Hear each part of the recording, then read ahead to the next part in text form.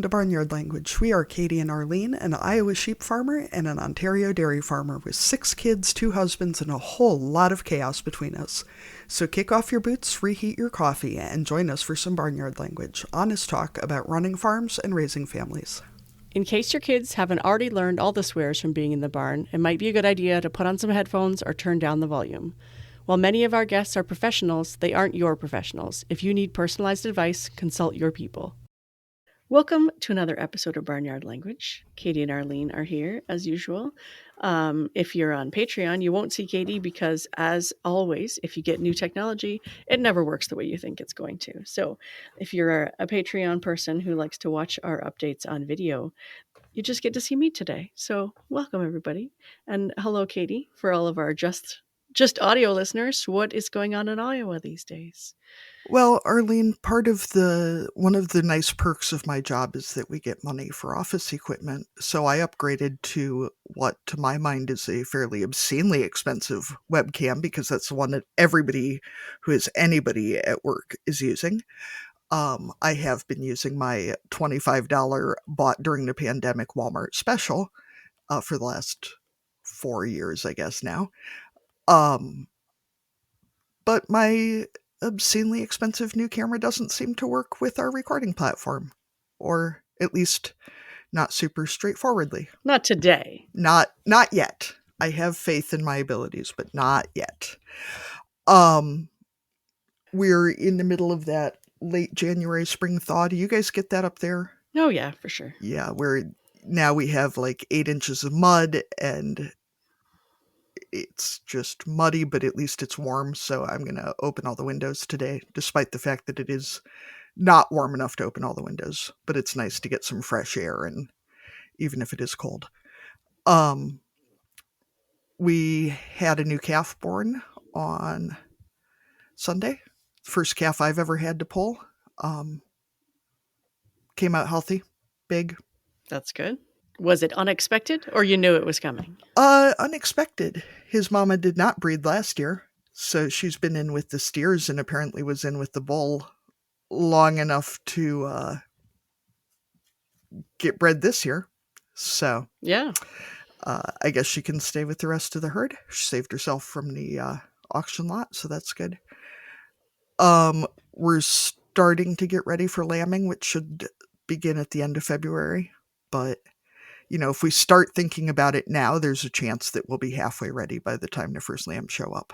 So that's good. That's right. Yeah. Yeah. Because as we know, animals don't look at the calendar. They do not. Sometimes things show up a little early. Maybe I should try a digital calendar. Like maybe they're just more tech savvy than I'm giving them credit for. I've legitimately tried just taking a paper calendar out and showing it to them, but usually they just eat it. So if anyone has any other suggestions about how to get them to do things on schedule. Like humans, we all know that you can't rush things, or you can't predict things when it comes to having babies. So they're just going to do what they're going to do. At least this year we do know what day the rams went in. We have had, shit happens. Let's just put it that way. But this year they were separated by like half the length of the property, so I feel you're more confident in your dates.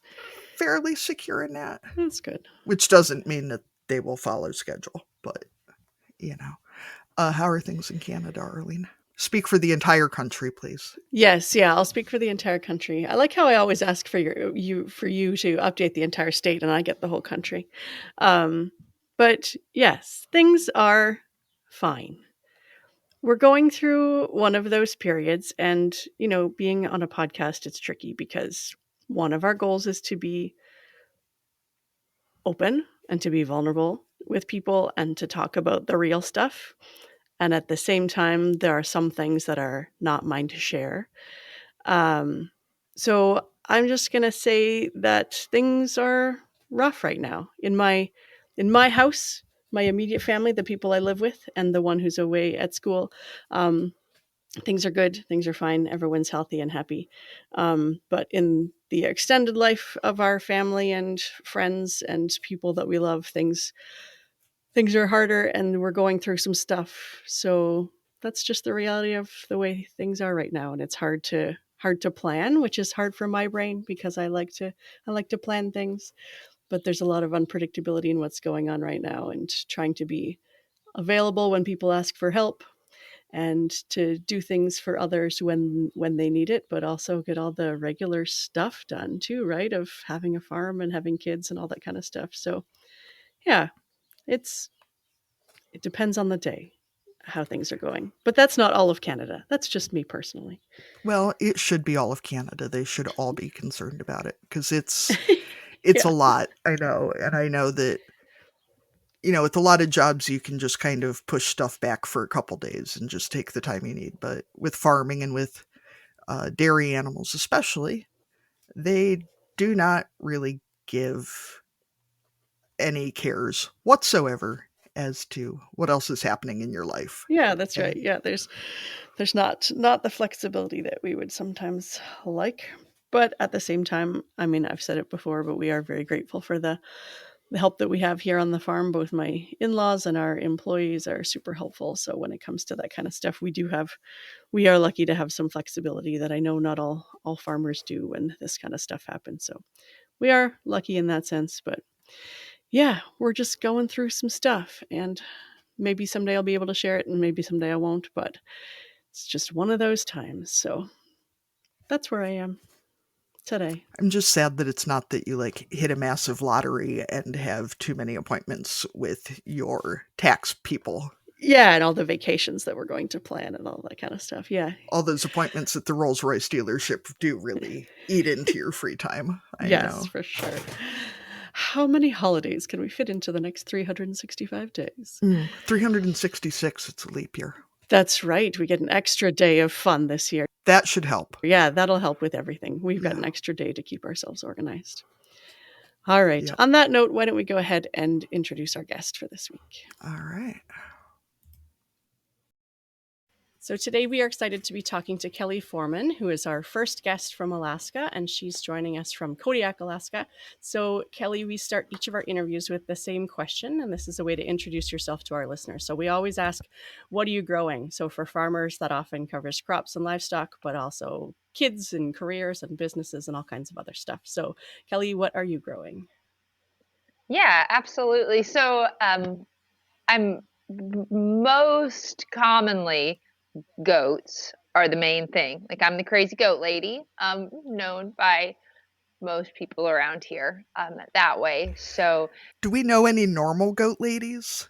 Like, I don't know anybody who has goats where they're not the crazy goat lady. Like, no, you're so right. it's like chicken math. It's just a thing. That's not like it is interesting because once I got into it, it was like, oh my gosh, you're a crazy goat lady. And I was like, Now you're part of the club. Yeah. yeah, I guess I am. Like that is me.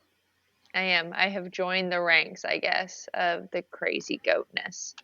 Um, yes, so goats. However, I don't just stop there. So being, an island in different locations. So I guess I'll try and make my way down the list. So goats, sheep.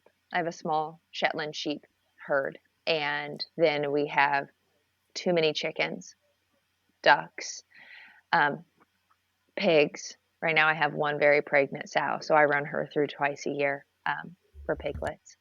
And then horses, one mule, and then we have a free range cattle herd on a nearby island, so about 30 head of cattle, and then cats and dogs, and within that, three fantastic boys. I am trying to, grow to be responsible, great young men, and I guess just keep the car on the track with all of the other little things in the middle.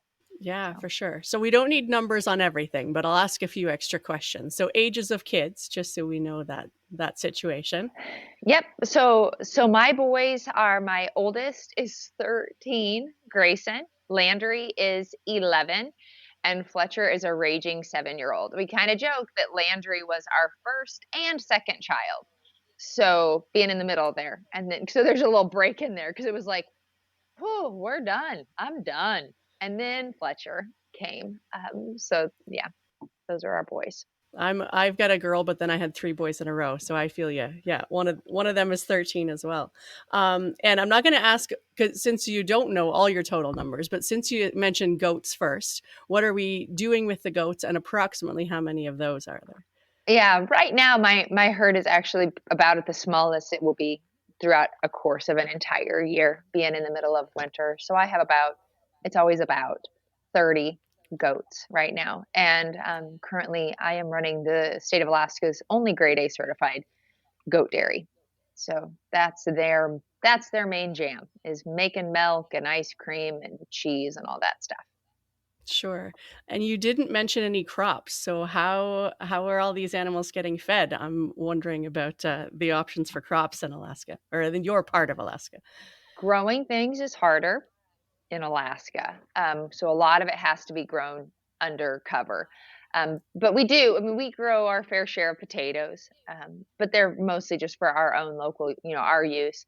And this last year we did some beets for the first time to help supplement some of our feed. We're just trying to work towards trying to figure out some options as far as more local sustainable food options for our livestock. But most everything is imported. So I get in big containers full of hay that are shipped up from Washington, and then I work with Alaska Mill and Feed to bring over by boat. So everything in Kodiak has to be brought by boat or by plane if you don't grow it. And how long of a trek is that? So how long is your hay traveling?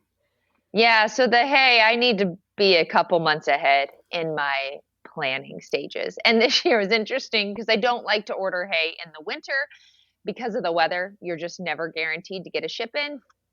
And so you could be like 5 bales left, ships deterred because of weather. So um it can take up to 2 months. This one went a little faster than we thought, so we were moving a lot of hay back in at the end of November.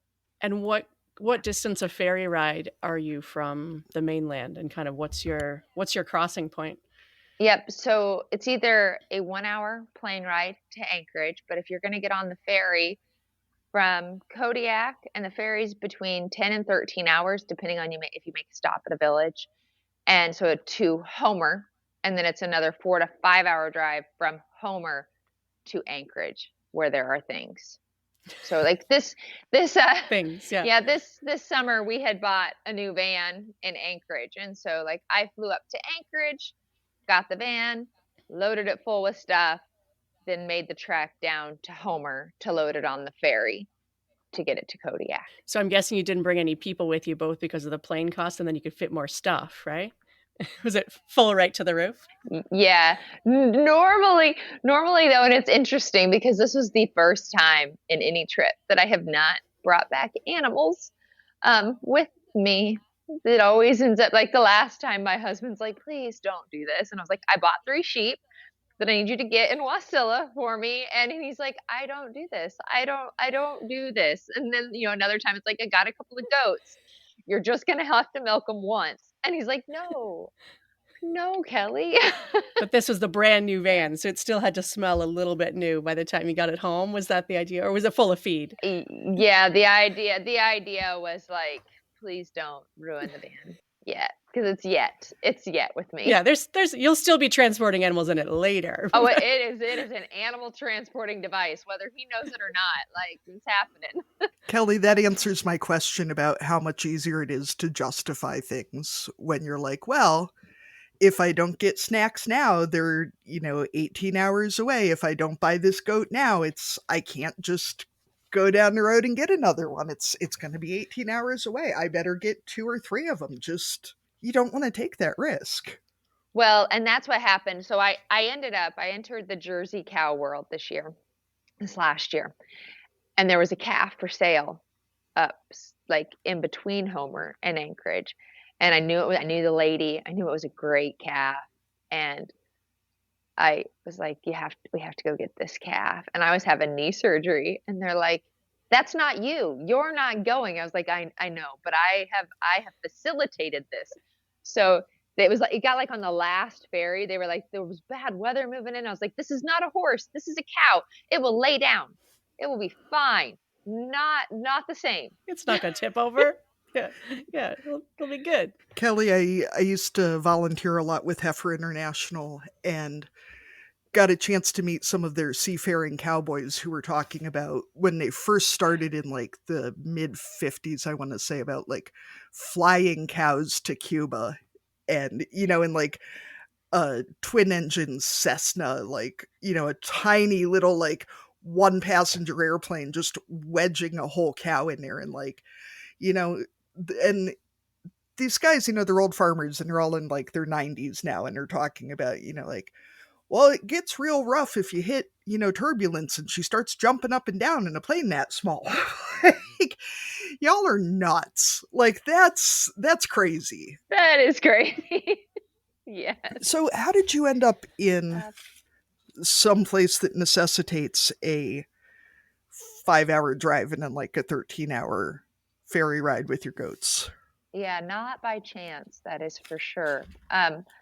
I actually am a born and raised Nebraskan. And my husband's family is actually all from Iowa originally, but his parents were transported into Nebraska. And so I decided to come up. I didn't want to keep. Kelly, I'm going to interrupt you again. That's the only way an Iowan would end up in Nebraska is if we were transported there. I'm just going to go ahead and say it. Oh. Yeah. Proud Iowan right here. Oh. We don't have much, but we have Nebraska. Okay.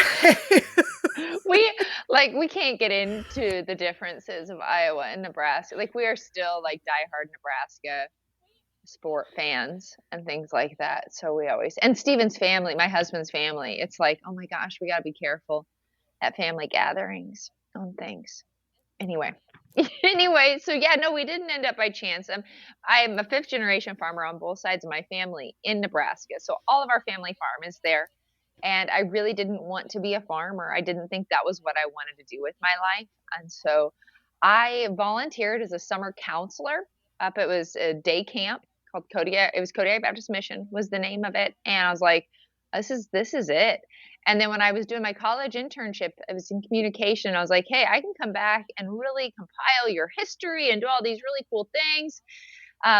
Long story short, I was able to fall into a not really paid position, but exciting, like adventurous job that I was like, I'm all about this. And then I was working with kids. So I was their program administrator for children's programming.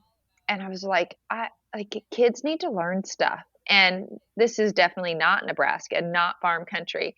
The very best way that I knew how to teach responsibility and caring for others and all of the key fundamental traits that are important to me was through livestock and animals. And so we flew in too many Nubian goats and started a farm that just has exploded a little bit now. So yeah, and then like my husband, when we decided to get, we got married, he was finishing college in Nebraska and I was like, hey, I have a job in Alaska. And he was a teacher at the time. He's like, I can do that anywhere. So he took a teaching job and, now it's just home. All of our boys have grown up here. So it's odd. It's this odd, weird farming. Like I'm looking at the ocean with a farm dynamic that's so not Nebraska, Midwest, but now it's home. Yeah, not chance, but where you're probably supposed to be, right? So I feel like we already covered some of it, but what are some of the other challenges that go along with both farming and raising a family in a remote location? That's hard to get to. Obviously, transport and feed, but what about things like, like veterinary care or the other things that livestock farmers have to contend with? Yeah, so there are no large animal vets on the island. And when I was starting to start the dairy, I was not in the dairy world whatsoever. And my dad, I remember him saying like, don't do that. Don't do dairy. I have never met a happy dairy farmer. Like, Kelly, they're miserable people. And I'm like, I'm going to do this. And he's like, don't do this. Like, you have to do this every single day. You don't have to. I was like, I'm going to try. And so I actually became friends with a vet in Wisconsin that through roundaboutly we knew, and he knew how to kind of set things up. And so he helped come in and really start working through a lot of the key parts of starting a dairy. And he has become our vet. So he is in Wisconsin, but he travels up because he loves to hunt and fish in Alaska. And so he'll come up twice a year, and help do our animal checks. And if I, just anything needing done. And then if I have problems, I can call him. Or if I'm like, I need a prescription, please, can you help me? I have him, and he's really great, um, to work with. And so that's always one. You become your own vet. And so at times you do, um, like last year, I had one situation where it was like, this stinks. This is a rough call. There's no good answer, but we're going to have to save somebody. Instead of like saving everybody, we're going to have to choose. And that's not always the case when you have a vet. Being disconnected, like we'll have times we are really stuck. When I kind of joke that when the pandemic started, the first day I milked, and so I do everything pretty much by myself. I milked, it was like March 1st of 2020. And the first day that I didn't milk was October 13th of 2021. That was my first day that I left the island. And I tried to leave, and it was 3 days, and they're like, I'm sorry, we have a problem. And I had to load the boys and I back up, and we had to come back. And so, any direction you go, it's about, a 2 day trip to get back and forth. Um, it may not seem like a lot, but like we just don't have a lot of restaurant options here.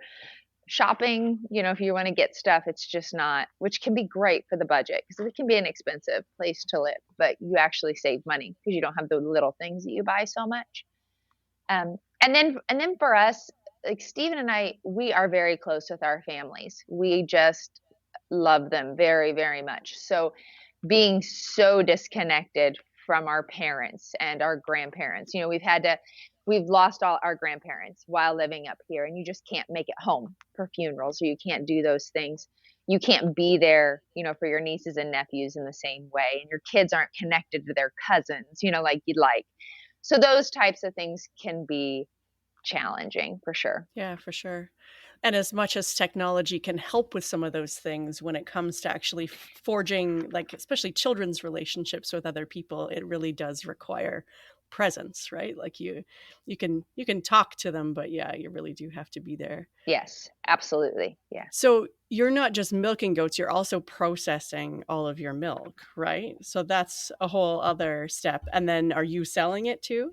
Yeah. I do everything start to finish, so that in this, and for a while, I was really thinking I'm going to ship off island to the mainland, and Alaska is not an agricultural state. I mean, that's not our priority. And I remember I kept getting my milk or my products bumped on the airlines for like hunting gear. And I was like, hey, I'm paying to get this Gold Street to the mainland. Can you please make sure my stuff gets on? And like, no, sorry. Like, we're going to put the hunting gear on first. And so I would like talk to Alaska Airlines, and like, that won't change. And I was like, then I'm stopping shipping to the mainland. So I really focus on our island here. And yeah, so I bird the baby goats. We do all that. I'm the bottle feeder person. And now my boys are old enough. It's so great as they've gotten older to be helpful. And milk the goats. And then I just I'm a bucket milker. And so I bucket milk those around to the processing room right next door, dump it in the tank. And like this morning, I finished processing skier, and I started the tank on feta today. And so I just have a lineup of products, and then I make my labels. I put them on. Either I sell direct from the farm, or I have a co-op that I sell at. Sure. I should have asked Yeah. this before, but actually, what is the population of Kodiak? About 13,000 on the entire island, and that includes the 7 outer lying villages, which is another plane or boat ride. But we also have the largest Coast Guard base in the nation in Kodiak. And so they have the Coast Guard base is just right outside, not right outside, but about a 15-minute drive out of town on the other side of where we're at. So, Kelli, what is it like? I mean, a lot of us live in small towns, but what is it like when your small town is everywhere you can go, basically? I mean, here, if I get too sick of a small town, I can drive to Minneapolis. It's 3 hours. 5 hours I'm in Chicago. You go 5 hours and you're halfway to home, or maybe. In the ocean. Yeah, in the middle of the ocean. Yeah, you're right, in the ocean. So what's that? I mean, it seems like maybe it would be good for sales because you have a pretty captive audience, but also You can't mess up, that's for sure. you don't have a backup. Yeah, yeah. If you make people mad once, you're done. And we're here in kind of a looking glass, I feel like. So, growing up in Nebraska, we were really rural. You have to want to get to our farm, and it's a gravel road a few ways. Here, like, it's road and ocean. And I have two roads around me. I'm outside of city limits, but you've got the community right there. And there's really no fully getting away from it. So I try to make some parameters and do my best to keep, like, I don't need everybody up and around during baby goat season. That's just a stressful time anyway. So I'm definitely not going to be using the space that's near a road ever. And we live on a pretty private road, but you can't necessarily get away. We do have, so as my husband has changed and done different things, he has a whale watching business now too, but we have a landing craft skiff. And I always say that's our marine tractor. And so, like, our cattle herd's on a nearby island, Woody Island, just across the channel here. So you can hop on that boat and you can go to a different island, where cattle are the only full-time residents. And sometimes that's really nice to just get in and have a little change of scenery. And then we do, just do our best to get off the island if possible, to make plans. Marrying a man that was not a farmer has helped me develop a few extra, like, non-negotiables, where growing up in a farming family, we will never leave. And Steven's like, oh, we will leave. So you're going to have to figure that out, how we're going to do it. And that's a struggle for me because I don't want to, like, just within me. However, like, we'll always try and go on a trip at spring break, or like we want to try and make it to Nebraska to visit family. So, like, I have a fantastic young lady from Nebraska and we switch places. Like, she'll come up and she milks all the goats and does all the stuff for me, so that I can go to Nebraska at times, so trying to have some of those things. And then weekend trip, like, I was like, the boys now can milk. So if I'm like, I'm going to go get the van on the mainland, Grayson, you're milking this weekend. You're in charge of your brothers. Like, go. He can do that. It's not always their favorite, but they do a really nice job at it. So do you ever find it tempting to put your boys in timeout on separate islands? Yeah. Because I feel like that could be really useful to just be like, to hell with putting one on the stairs. You're going to the island. So it is funny. As they get older, I'm like, you know what? You can just go live on Woody Island. We have a little cabin there. You can just go there and you can spend the whole summer right there if you want to. The problem is normally they're like, really? That'd be awesome. And I'm like, whoa, it may, like, let me think for a second. But yeah, they at times, I think they might like that more than having to deal with me. Say maybe you should start a retreat for burned out farm moms, because that sounds amazing. Like, just go sit on the island with the cows. Like, what are they gonna do? Yeah, you're right. They can't get to you. Like, there's no way. Yeah. Just watch the cows and the whales. Guys, it's right. We just came up with it. It's gonna be great. Well, I mean, honestly, even if you leave your kids over there for the summer, like, how much trouble are they gonna get into? They're on an island with cows. Like, I mean, I'm sure they'll find a way, but yeah, there aren't any bears over there, so, like, the safety level is even better than here. Probably no bail money going to be involved for what they get up to on an island full of cattle. That's so true. That's so true. I think you need to do it. Yeah. The adjustment back to school in the fall might be a bit more of a transition than our regular farm kids trying. It's like I try to, like, it takes a month to get them clean once they start school again. Like, I'm sure you guys are probably the same way. Like, just to get the summer dirt off and, like, a little bit of the feralness away, where you're like, you just can't do that. You've got to put on shoes. Like, so what am I? Yeah. Like, organized. Here we go. Let's go, boys. So do you have any goals, either short term or long term, with the farm that you have kind of in your in the forefront of your mind, things that you're thinking about doing, or are you in a stage where you're just trying to keep everything constant? It's always about changing, and Alaska's changed a lot even since I started the dairy. So when I started, being grade A certified was the only option. And so it was just how we went. And the first 2 years in dairy, our governor of the state discontinued the dairy program. He was going to take it out of the budget completely. And so right now, at least we're not fighting for that, to the point though that he's like made everything okay all over the place. And so that can also be a struggle, because I'm like, okay, so you go back and forth. Like right now it costs me $4 to get an empty bottle to fill with milk, just a Kodiak, just $4. That's really tough for an island community. And that doesn't include the milk. That's just the package to put. That doesn't include the milk. No. Yeah, to put your milk into. Yeah. Right. So I'm really trying to identify some direct sales on farm. So developing kind of a farm shop.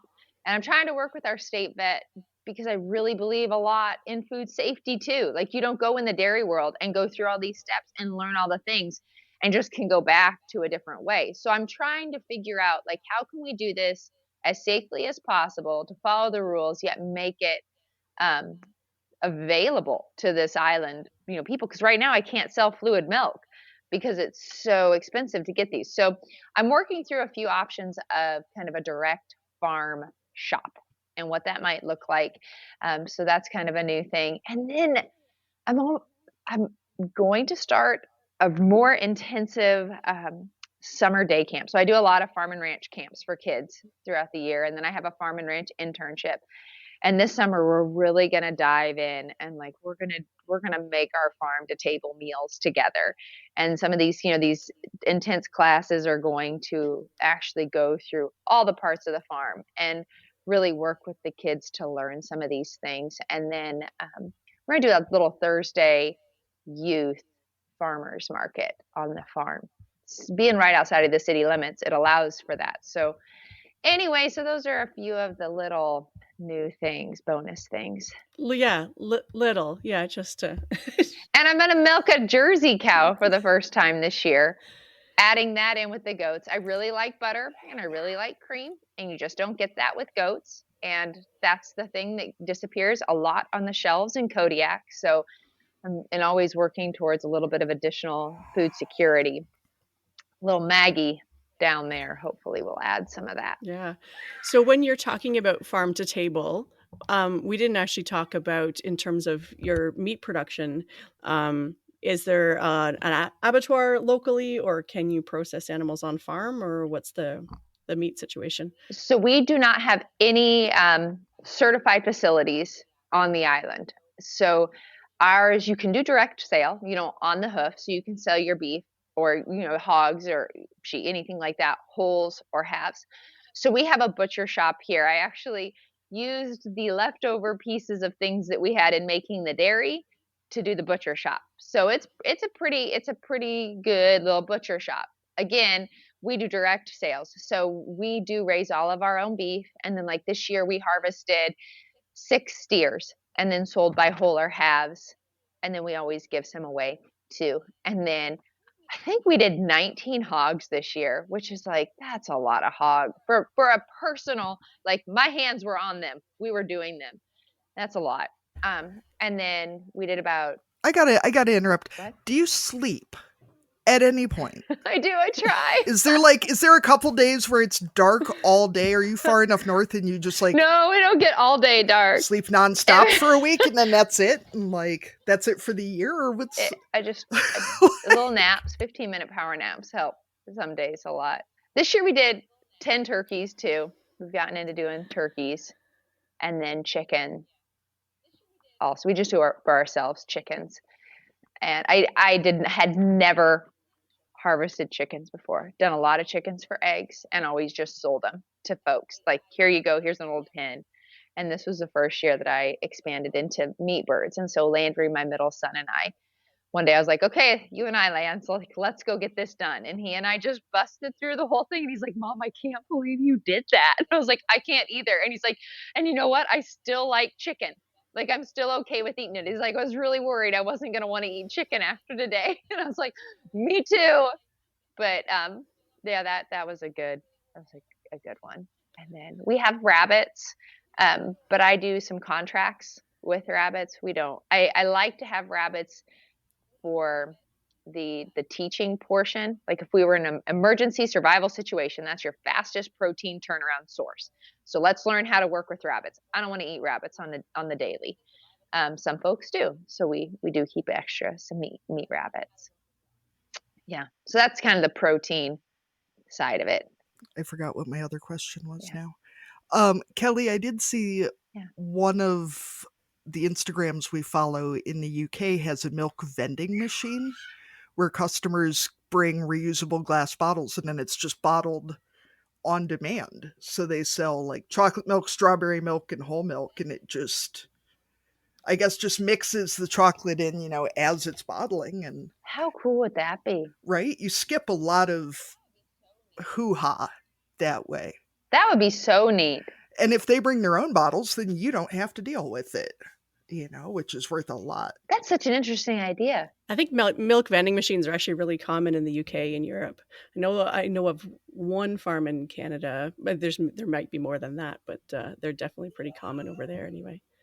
I feel like I need to write that down and look at it. Some of my coworkers mentioned seeing a champagne vending machine in San Francisco, but that's kind of a different situation. Oh, wow. Yeah. You might not be able to bring your own bottle for that. Things could get messy. Yeah, I think that probably has to be packaged ahead of time. Kelly, how did you get your cow serviced? Does somebody have a Jersey bull on the island, or did you find a bull? Or we AI'd our Jersey here, so I had my good friend, Katja's her name. She kind of self-taught herself, and she's had success rate with her own Jerseys. There aren't very many of us, and she doesn't like to be known. Like she lives in the boonies, but I have like gained her trust, and she is just a wealth of incredible knowledge, and just one of the best human beings that I know. And so she will come at any time, and she bred that Jersey. And then for the cattle on Woody Island, we actually transport the steer, not the steer, the bull. We transport the bull by boat over. So we kind of tranquilize him, transfer him over, wake him back up, and then let him go. If you've ever seen Dr. Oakley, Yukon vet, she came and helped us do it, and then it was all on TV. So it was a little embarrassing, but we got it done. I'm just picturing, I mean, we raise Normandy cattle, so they're not near as big as like an Angus bull. But I'm just picturing, and of course in my mind I'm picturing like a rowboat basically with an 1,800-pound bull. Not quite that bad. Mostly tranked. Yeah, okay. So it's better than I was picturing, but I was... Yeah, he wasn't a baby, but he, stocker feeder size. And so we could get him over there. It was still that it's like dead, because you're lifting him up to get him out, and you're like, dead weight is way heavier than I thought. Like, buddy, you did not seem this heavy. And he's a big guy, big bull. Now he's really big, doing his job really well. So I stay out of his way. I don't think our Ralphie would be emotionally capable of handling that sort of situation. Like, he's a pretty tender-hearted guy, I think. He's not seaworthy? I don't think so. I mean, maybe I'd be surprised, but he's a mainland bull. He's a landlubber for sure. So. Yeah. So you just snuck in the fact that you're also running like children's programs from the farm amidst all the other things. Yeah. So is that year round? Just summer? Like what is that situation? It has been in the past year round, and it really took up steam. During the pandemic, there just wasn't stuff for kids to do, and I was homeschooling my boys at the time. And I was like, golly, like we got to get, like, there's got to be something that we can all get together here. And I was like, hey, if I promise to stay outside, like kids will have to wear overalls anyway. And like, can we just can we do this? And thankfully I had a slew of parents that were like, yeah, we're all about this. And none of those, I just will say, none of us got sick ever. We were outside all of the time, messing around with animals, building our immune system, just all the good things. Anyway, my boys were able to interact. And so that's what kind of started the farm and ranch after school program. Then I had this group of kids that were like mega interested in farming, and I couldn't very well just let it go. So we started a farm and ranch internship program that summer. And it was a little overwhelming, but again, I just felt like these kids didn't have anything to do and we needed stuff to do. So it was like 7:30 till 5:30, Monday through Friday. They would come and then they'd want to come and help on the farmers market on Saturdays. So it was a big part of the day. And how many kids are we talking about? It would always range from 15 to 17. Oh my gosh, that's a lot. Like fourth, fifth graders through eighth graders was the age group. And again, an age group that did not need anybody to watch them.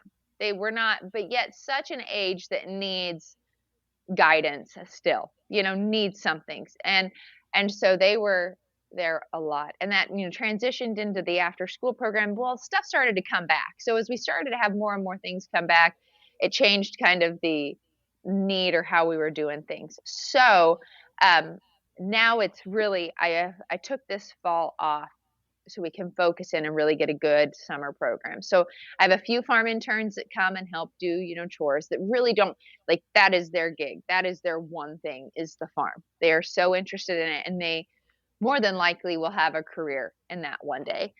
So they're still coming to help out and do things.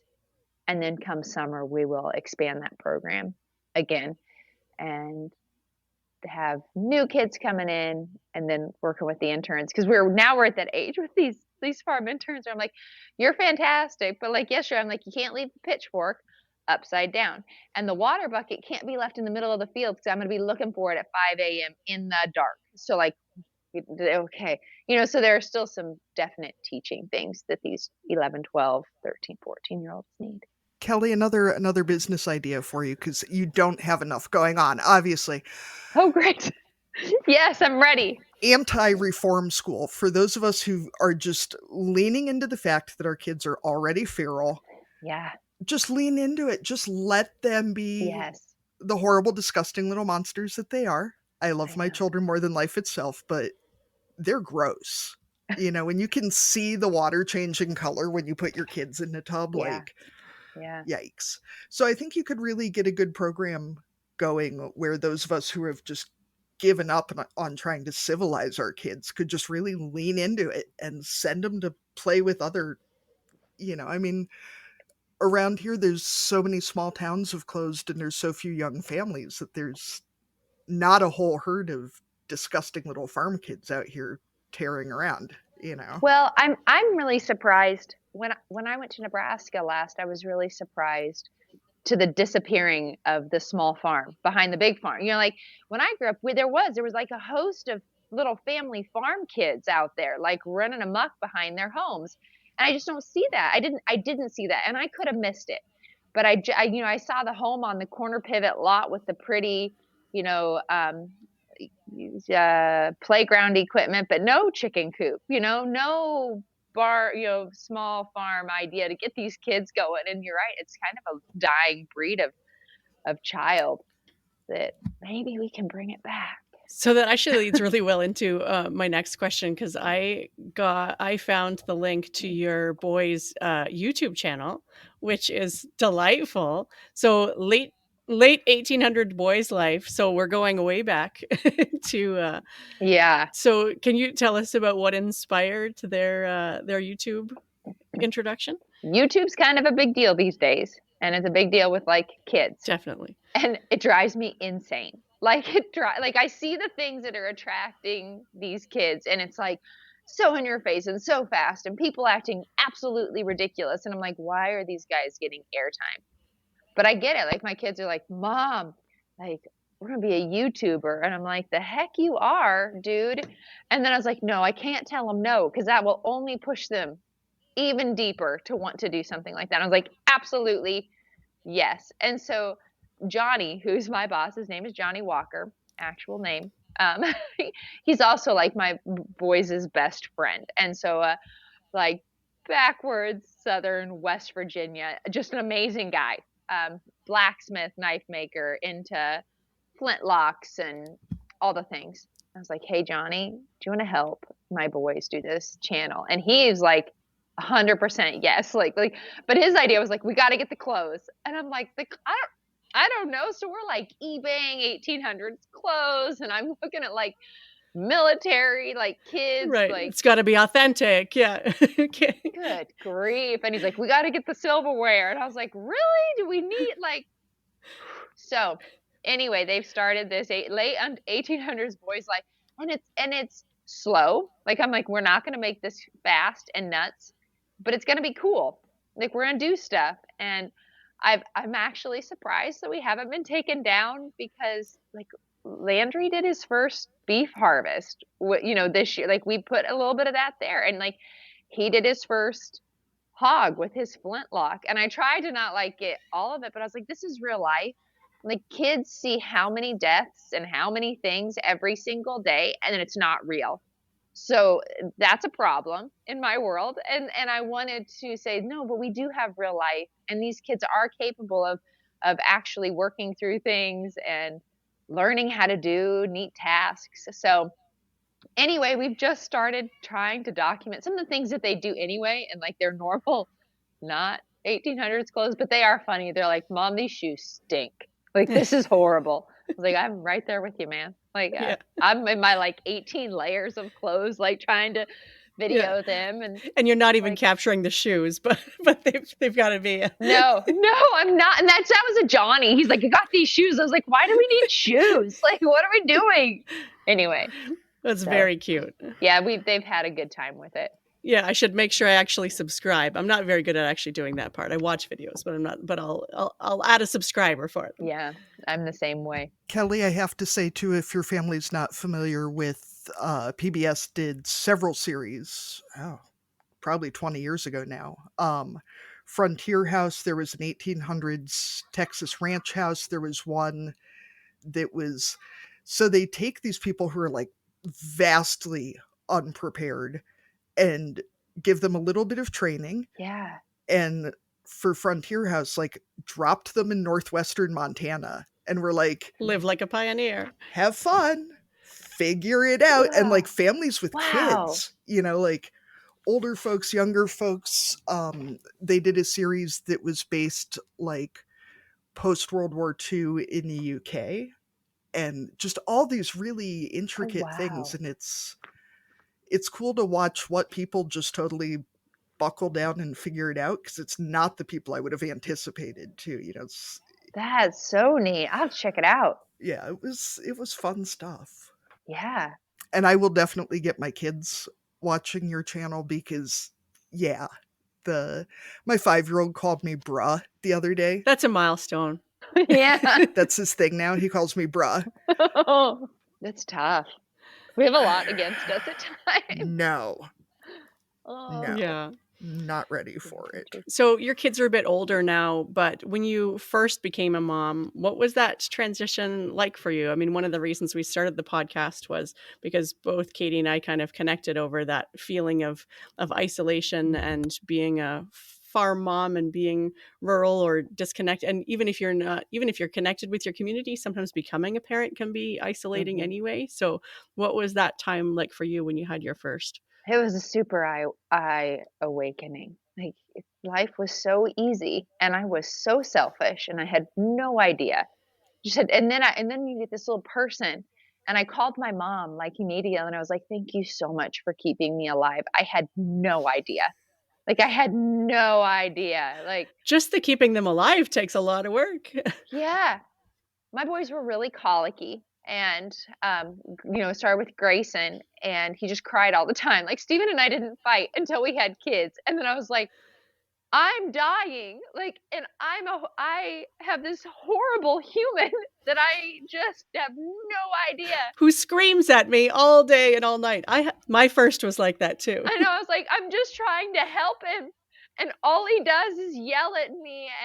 And so I'd hook Grayson on, and we just started going. And that's what I found. And Steven's like, what did you expect? Like, you moved up until the day you had that kid, and then you expect him to just like sit? It's like, that's not his jam, you know? And so I found that even though, like, my body was a mess and everything was wrong, you know, and you had liquids coming out of every area, I was like, we're gonna embrace the suck and we're gonna just go with it. And so we just went. And you know, I think like Grayson, and it probably has nothing to do with it, he didn't have any ear infections because I think he was going upside down all the time, so I was holding him and like we were moving and we were doing stuff. And I did, it is tricky because you do feel isolated. I just don't think there's any way around it. I think that there's just the, yeah, yeah, this is rough, this is going to be kind of tricky for a while. And Stephen and I tried to move back to Nebraska in that period, which left us really isolated. So I kind of had a community in Kodiak, and then we moved for like this 9-month period, and it was just Gray and I. And I was like, how am I supposed to talk to a 1-year old? And like, you know, I was like, I don't know what, this is really tricky. Now I'm so, you know, I love all my boys a lot. Gray has a special connection because I was like, man, like, we had some times together, and, you know, he'll be out there helping do chores, and he's his own little human, very different than my other 2, but, like, thank you for getting me through that year and a half. And Landry came, and I remember, like, Stephen came to the hospital the next day with Gray, like, after the whole thing, and Landry had spent the whole night crying, and I was like, "He's worse than the first one." And Landry just cried and was mad the first 18 months of his life, and didn't sleep through the night, was just kind of a tough kid. So yeah, I think somebody had given me, I don't know if it was advice, but they're like, just remember that the first year's a wash. Don't try and accomplish anything. Don't think you're going to. If you do anything good, like, count it as a bonus. Like, just live. Just live. And that was so helpful for me. And I really did let go of the whole idea. You know, at the beginning, I'm like, we're not going to watch TV and we're not going to drink chocolate milk. I was like, bull crap, we are doing all the things. I was like, sit ourselves down. I don't care what we're watching on TV today, but we're going to watch it. And I'm just going to sit and I'm just going to be. And really, the farming stuff really was in full bore by the time Fletcher came. And like, I'd put him in the car seat with the heat lamp over the top of him, and I'd milk goats, and that was okay. I was like, I don't know if it is okay, but it was okay. And you know, like, my ringtone still is a goat because that was the one thing that wouldn't wake him up. Like, when we were doing stuff, was the goat ringtone, you know, and and we just started chugging away. And I'm a different mom. Like, I am not mom of the year at all. Like, I am not the one that's going to go find all the little play groups and do all the things. All in the same time where I like community, like, I'm kind of an introverted little person too, and I do my own thing. So I guess it was more than anything, I was like, I'm just going to be me by the end. And um, yeah, it's tricky though. Being a mom's hard. Yeah, for sure. Were you able to have your kids in Kodiak? Are there facilities for people to yeah, so you didn't have to travel? So Grayson was born in Kodiak, and then we tried to move to Nebraska. Landry was born in Nebraska, and when he was 4 weeks old, we moved back to Kodiak, and he's been here. He's never known anything, but he now boasts. He's like, I was born in Nebraska, where normally it's like kids like, I was born in Alaska. Isn't that cool? No, Landry's like, I'm so cool because I was in Nebraska. And then Fletcher was born, and like, I can see the hospital. That's how close I can see it, like catty cornered from my home. And so we just had him here. The neat part about where we were at, I was really thankful. I didn't have any problems. I didn't have any issues. I personally wanted to have my kids in the hospital. I just felt like that was the most selfless thing I could do for them.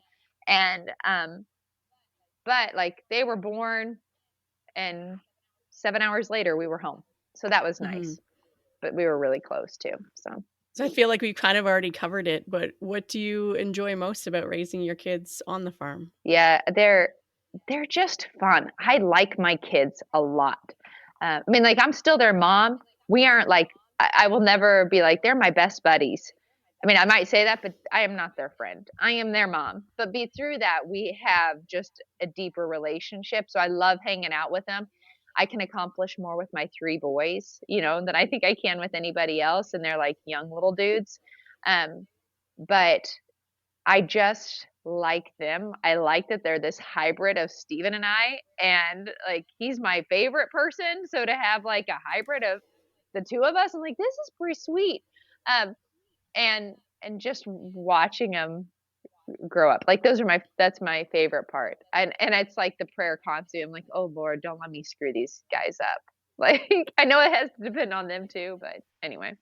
It's neat when you start as they get older, you start to see their sense of humor and personalities emerge, and when there are those commonalities where it's like, "Oh, yeah, I think that's funny too." Like, you are actually, like we're speaking the Yes, same language, but I mean, like, that's exactly it. this is our Yes, family culture, so, yeah, we just get each other yes, in a way yes. that, yeah, That's other it. people don't. I think too it's so great to see parents Yeah, enjoy their children because I mean, I love my kids, yeah, obviously, but I get so much more fulfillment out of the times that I really like them. And I know that they get so much more fulfillment out of the times that they see yeah, us really enjoying them and not just like, oh, there's those short people who live in my yeah. house again. What the hell do they want now? They probably want food again. They've probably outgrown something. Right, Like right. it's nice to really enjoy our time together.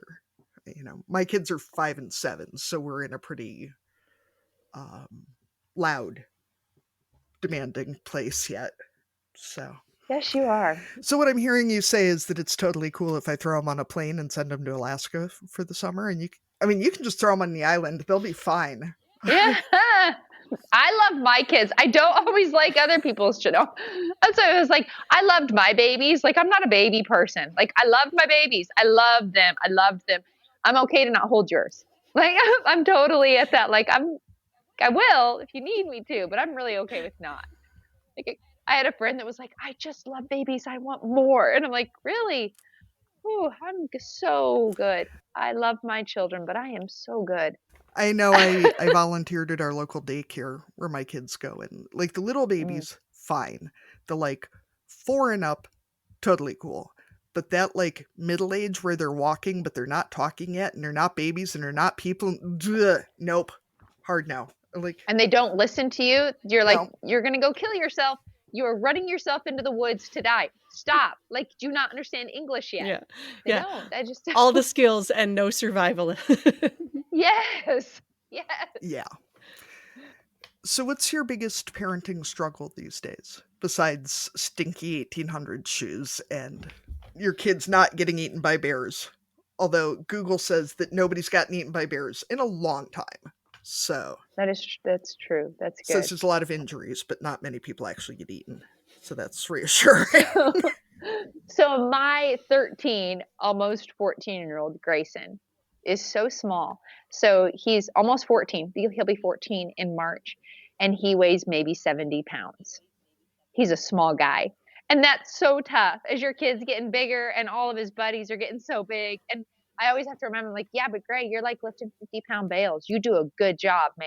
Like, you are, but you're just watching your little guy and he's not that little anymore, but you're still like, oh, I just like, can he just get a little bigger? So those are sometimes you see your kids struggle because they just aren't quite. And his middle brother has far outweighed him and is bigger than him. And Landry's 2 years younger than Gray. So those can be the tricky parts, for that oldest middle school. And I always try and tell Gray, I'm like, do you want to just be homeschooled? Like, I am so good. You are so self motivated. Like, let's just not deal with all of the politics of school and the ridiculousness. But he loves hanging out with his buddies. He loves being at school. So I'm like, okay, go for it, man. Um, Landry, the middle kid, it's always like he's happy go lucky. He's actually just so happy and fantastic now.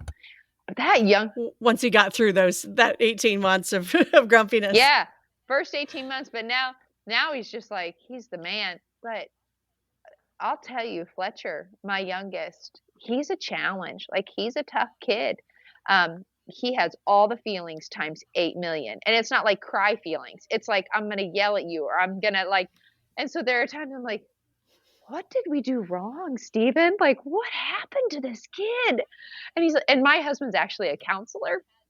which has its days. I'm like, do not counsel me. Like, you are my husband, not my counselor kind of person. I don't need a therapist right now. I just want you to. Right. I was like, but he'll be like, so this is just Landry, and I was like, he got this from you, like or Fletcher. She's I'm like this. So Fletcher is really great, but he like just trying to find a food that he will eat some days is so amazing. Or like he is so intense about something, and if he doesn't get it right, it is off the handle. Or so Landry or Fletcher, I'm just not sure that like he's going to be okay yet. And so that's that's my struggle, with him, that he is a lot of a kid. And I've really had it pretty easy with Grayson and Landry. And Fletcher is the like, I'm just waiting for the like he told a boy in his class that I got a call from the teacher, and she's like, so Landry or Fletcher told a kid in his class that he was super annoying, and that he was just like, he told him how it was, and she's like, it was kind of true, but we can't. And I'm getting all the teacher Yeah. things, and all I want to do is fight the teacher, because it's just like the primal like, leave my child. Yes, yes, Mrs. McCormick, I am so sorry. We will talk to Fletcher. But then you kind of also want to know the kid's name, because you're like, is it the one he's been talking about? Yeah. Right. And I'm like, who's the kid? What was he doing? Yeah. Like, who's his parent? Did he get a talk? And you're like, just Yeah. calm down, Foreman. Like, calm yourself. So, It's so interesting. I know that I do the same thing too, where your kid has a personality trait or characteristics, and you, as parents, we blame ourselves. I mean, sometimes not seriously, but other times it's like, what have I done to create this, or to not nip it in the bud or whatever, right? But then at the same time, we also have to remember, like, yeah, they are their own people. yeah. And they have to figure it out. But yeah, as a parent, it's so easy to put Right. all of the responsibility on our shoulders that we have done this. Yeah. I know, Kelly, my little boy sounds a lot like your youngest. And on a good day, it's amazing.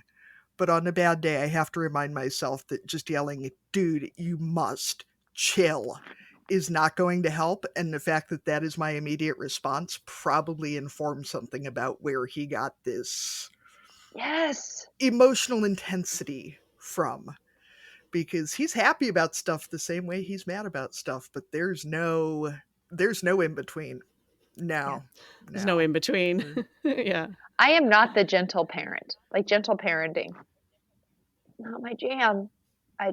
Anyway, it's hard for me. I'm like, oh, We all have to Yeah. do it our own way, right? yeah, that's right. That's right. So I know you kind of shared one already about just surviving the first year, but is there another piece of parenting advice that you would personally share with somebody, or that someone told you that has made a difference for you? This is highly unpopular. I'm just gonna like, I share this at all the baby showers and do this, and I get the looks like, you have lost your loving mind, Kelly. I always say, don't play with your kids. Do not play with your kids. Do not make up things to do with your kids. And they're like, what do you mean? My mom never made up games. We worked together, and that work became play. Like, when I look at it now, like, I was like, why am I having to do this work? But I'm saying it kind of on the extreme side. Do I play with my kids? I do. Like, I love, like, now, especially as they get bigger. When they were little, I was like, this play is not fun play. Like, I do not like sitting on the floor and doing this. Why are we knocking this tower over for the 100th time?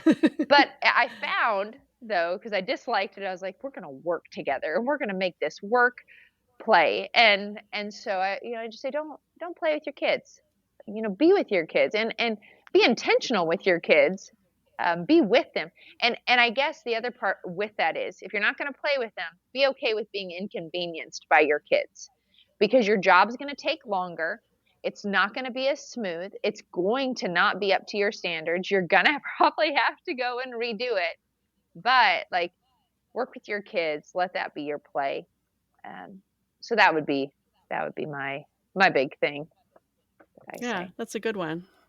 I like that. Yeah, people pay a lot of money to put their kids into like Montessori preschools, where you're paying for somebody else to teach your kid how to work, which like seems like you could just teach them that at home, But it does. I mean, it's Well, and you've got other people's kids for farm and ranch camp, so you might as well have your kids there too, right? Well, and that's where it stems from. I will have my kids. And it's interesting at times. Like I've had parents say, "Hey, can you like get my kid to do this or that?" And I'm like, "Nope, but you can. Like we're going to do this project, but like it's not my job on that next level. Like that's a conversation you're going to have." Yeah, yeah, So, we sometimes get the can you take my kid and make them work on the farm? And it's like, we have our own children who are here working with us. And yeah, it's not a reform school. So you probably have some chores in your house that could get done too. that's exactly. I got really frustrated because Grayson started to have a lot of homework with middle school. And I was like, dude, like we need to go talk to a teacher because I am so over this because you have chores and this is not fair in the family. Like you need to be emptying dishwashers and doing the food. Like Yeah, that's right. This is taking too much time. Yeah. this is becoming not a fair situation in our home. And yeah, it's like we have roles that we have to get done in our family. Well, I think that's a good thing because I know, like, around here, we see so few teenagers having time for jobs or for being bored or whatever because they've got so much homework. They're in so many extracurriculars. They've got so many sports, like, cool. But I was actually really excited the other day. My 7-year-old told me she was bored for the first time in 7 years. It was like, yes. And then she kind of just stood there and looked at me and it was like, I don't care that you're bored. I'm glad you're bored. Go find something to do. And she's like, but I'm so bored. Go Yeah. find something to do. Yeah. I remember one of the phrases I used to use a lot with my kids was, I care about a lot of things and I care about your feelings, but being bored is not one of the things I care about. So thanks for letting me know. That's cool. But yeah, bored is not one of those feelings that I'm going to be too concerned about. I'm always like, that's on you, buddy. Like, what are you going to do about that? Because I can fix that problem real fast. Yeah, that's right. I can find you something to do or Like, if you need me to fix your boredom problem, I got that. Or you can find something to do real fast. Like, we got it. We're fine. We're okay. or yeah, pretend you're not bored because I got a list for you. Exactly. I found out that you'll get a real judgy reaction too if you say something in public to your children about, I didn't have a second kid so I could play with both of you. Like, I had 2 kids so you could entertain each other. I didn't have 2 kids so that I could entertain you. Tell you what, those people are not my people. If you're going to get judgy about that, that's too bad. So, we ask all of our guests, if you were going to dominate a category at the county fair, what would it be? And categories can be real or made up. This was like, this is so hard for me. And I thought about like the like almost doing it well category. Like you almost got there. Like you can do a lot of things pretty good. Like good job. Like lots of Yeah, like the well-rounded award. Yeah. yeah, like oh none of it's going to be perfect. Like I do not have the thing in me that is the perfectionist. I'm the youngest child. Like it's pretty good. That's good enough award. And so it's totally a made up category. But like, oh, you did all that stuff pretty good. All right, and we're still running. So Yeah. can that be a category? Well, then you could enter a whole bunch of different categories and then you get the award for the most points in because you entered like 100 of them because you don't sleep. That's right. It's just the luxury that I miss out on. Yeah. Yeah, that's right. So I will go ahead and move us into our cussing and discussing segment. So listeners, you know that you can enter your cussing and discussing on our speak pipe or by email. Check the show notes for the links for those. Katie, what do you have to cuss and discuss this week? People being horrified by regional food specialties. I mean, as much as I make fun of Scandinavian food in our area, Kelly, I imagine it being from Nebraska, you're familiar with the cinnamon rolls being served with chili. Is that a thing in your part of the world? Right? 100%. People from the rest of the world, except apparently part of Ohio, and most of Ohio apparently serves peanut butter sandwiches with chili. If we're not making you eat it, don't act like it's the weirdest damn thing you've ever heard. You could try it. I mean, that many Iowans and Nebraskans can't really be wrong, right? And if you don't like it, don't eat it. Don't yuck anybody else's yum. to quote a favored parenting podcast around here. It's not hurting you. Just leave it alone or try it. You know. Anyway, I know what we're having for supper because now I'm really hungry for chili and cinnamon rolls. And maybe try some peanut butter with it too, just for variety. Yeah, try it out. Hey, Kelly, what do you have to cuss and discuss? This is a hard one for me. Like gosh, and I was thinking about this, and I had one, and then I was like, what the heck was it that I was ranting about just the other day?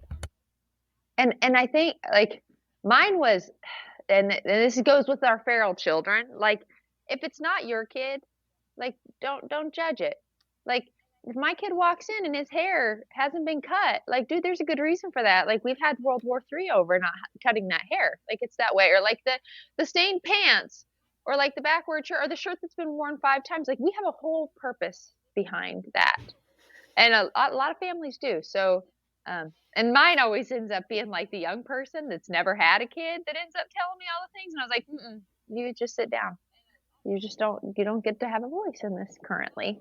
So we are all going through our great battles that you don't know somebody else's great battle that they went through. So just give them a smile. I feel like that might be my most given piece of parenting advice, is that I was a much better parent before I had kids than I am now. Yeah, me too. I was a great, perfect mom before I had children. It's just kind of been I agree. All downhill ever since. For our listeners who can't see this, my 5-year-old is on his 3rd snow day this week and is wearing a jammy top and nothing else, and is bouncing up and down on the couch right behind me, where Arlene and Kelly can both see his butt and everything else. Well, it's blurry enough. It's all good. It's great. We've been there. And we're not judging you. Not at all. I mean, it would be more awkward if one of Arlene or Kelly's kids was doing it, because your kids are older, Yeah, that is true. Arlene, what do you have to cuss and discuss today? So today I'm cussing and discussing interest rates, because we had the discussion, we're recording in January. And so it's kind of year-end time and looking at how much interest we're going to be paying next year versus the past few years, and how annoying it is to pay for something where you don't really get anything out of it. And I get the whole idea, like we have to pay to borrow money, blah, blah, blah, economics, whatever. But it feels like you're paying more money for nothing. And it's just like money that we can't spend on other things, because now we're paying the bank more money for the privilege of being in debt, which, I mean, I guess that's the way farming goes. But anyway, interest rates, boo hiss. So we want to thank you so much, Kelly, for joining us today. If people want to follow you online, find your boys' YouTube channel, all that kind of stuff, where should they look for you on the internet? Yeah, I'm at Kodiak Goat Dairy on Instagram. That's kind of the main jam. And then 1800s Boys Life, Alaska Boys Life, something. If you put that in, there's not a lot of that. So it's right around there. Three blonde-headed boys that look a little homeless in the 1800s. That's my crew. And one like older Southern man that's hanging out with them. That's them. It's very different. Showing them how to use tools and dispatch cows. Yeah, all the things that people are probably like, it is funny. They're like, you're letting it. I was like, yeah, we're all about those things. So that's where I'm at. Hey, they're living their dream. They get to be YouTubers. Yeah. My kids will be super jealous. There you go. Thank you so much. Yeah, absolutely. Yeah, it's been a lot of fun. Thanks for joining us, Kelly. I think you should start a camp with this like 1800s life thing, because I would totally attend that. That sounds awesome. Or maybe just a few theme days. You don't want to have to buy clothes for everybody. They'll have to bring their own outfits. Yeah. You'd have to bring your own outfit. I obviously don't buy clothes for everybody. My other child is buck naked too. Jeez. I think we better sign off so Katie can deal with. This is the newly covered couch that you have told us about. They're not even supposed to be on that piece of furniture. Yeah. I just paid more for this upholstery than I did for like any of my first 4 cars, I think. So I'm going to go chase my children off it. Good luck. Their little naked butts. Thanks again, Kelly. Yeah, thank you so much. Bye, guys. Thank you for joining us on Barnyard Language. If you enjoy the show, we encourage you to support us by becoming a patron. Go to www.patreon.com/barnyardlanguage to make a small monthly donation to help cover the costs of making this show. Please rate and review the podcast and follow the show so you never miss an episode. You can find us on Facebook, Instagram, and TikTok as Barnyard Language, and on Twitter we are Barnyard Pod. If you want to connect with other farming families, you can join our private Barnyard Language Facebook group. We are always in search of guests for the podcast. If you or someone you know would like to chat with us, please get in touch.